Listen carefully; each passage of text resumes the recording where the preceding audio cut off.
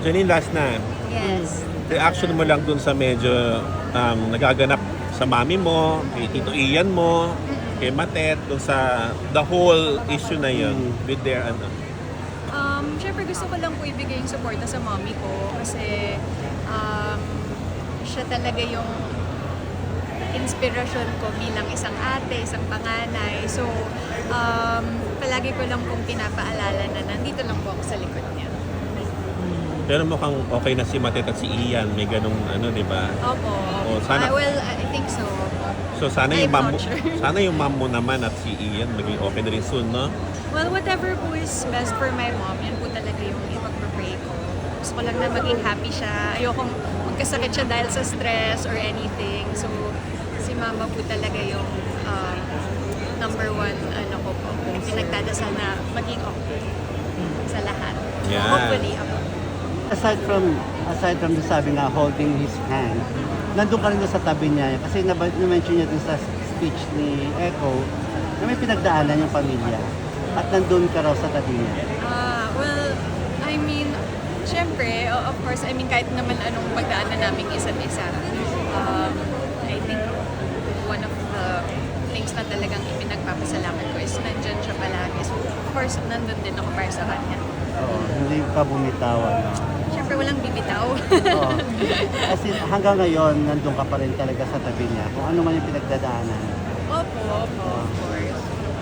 2022 po yung huli ko, bakit di mo sabihin? Ayun. By Real Florida. Yes. O, kamusta ngayon? Parang mabigat to. Opo, mabigat. Pero ang ganda-ganda po kasi talaga ng script. And I've been wanting to work with Gian.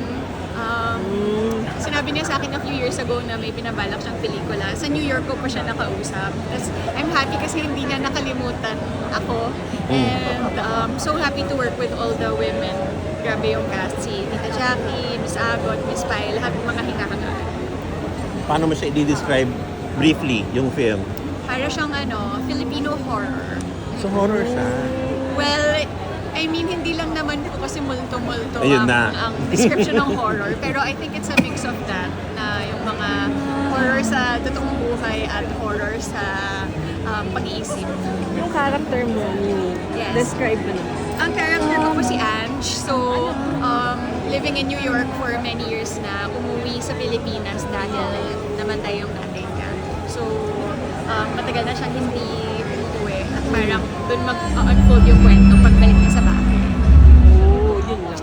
Yes. Tapos po siya adapted from a play na Palangka winner. Yes, yes. So, yun talaga yung pinakaunang ko, wow, na it's talagang magandang Filipino literature. So, At sige lang na nagsulat. yes, Sige Gilan. Yeah. Palangka. Ang ganda po talaga ng script. Kaya, sinipag ko pong gawin ang best ko. What excites you, Janine, kapag nagsisinmalaya ka? Well, yung Cinemalaya po kasi palagi may kilig for me kasi syempre, meron akong soft spot talaga for independent film. Ang daming mga tema na bago at talagang exciting. Tapos, para siyang celebration talaga ng Filipino cinema. So happy po ako to be part. Bait mo nga! Ayun lang, message lang kay Ego kasi nanalo Kay siya, Ego. di ba? Yeah, oh my gosh, yes. Of course, congratulations. I'm so happy for him. Ano reaction? How did he share the news to you? Kasi wala ka nung Wala, nasa ibang bansa po ako. Nag-send siya ng picture ng trophy. Pero wala kasi pang pangalan yung trophy. So hindi ko alam kung pang best picture or pang best director. Sa kanya na pala yun. So, of course, happy for him.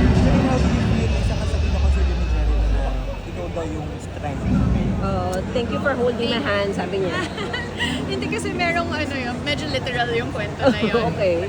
Kasi may time na nag-prosthetics siya ng mukha at pinuhusan ng prosthetics yung mukha niya. Oh, So literal, wow. natatakot siya. So literal nakahawak ko. But I'm grateful kasi very, hindi niya ako nakakalimutan sa mga pagpapasalamat. Yes, Tita Cory. Ayun, dito tayo go. Meron ka pang, di ba, isa pang film. Yung, Ito pa lang po for this year. yung series ba yung isa? Ano yung isa? Yung, Balaraw. Yun. Netflix po yun. Oo. So sa September naman. Tapos na Pero yun. tapos na, di ba? Yes, actually nauna pa po yun matapos i-shoot before namin simulan yung The Loyalty Game. Mm. So last year po siya. Yun yung tinitipig ko last Janine, O, invite ka na sa ano? Mag-iina.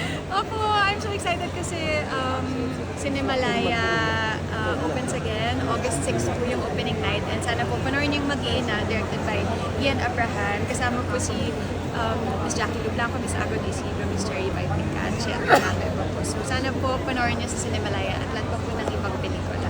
And Thank thank you you. sa lahat ng sumusuporta sa loyalty Something game. na Thank you. i-dedicate mo sa nanay mo bilang mag-iim. Oo nga, Mas no? horror. I-relate ko lang, di ba? Well, of course, everything I do naman talaga is naka-dedicate po talaga yun sa nanay ko.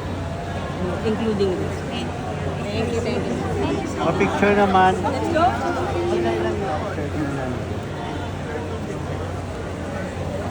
Thank you. Thank you, Tito.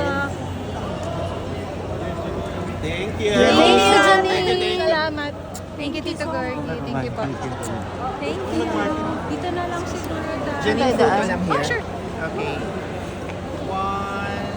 Okay. Sorry. Here also. Janine,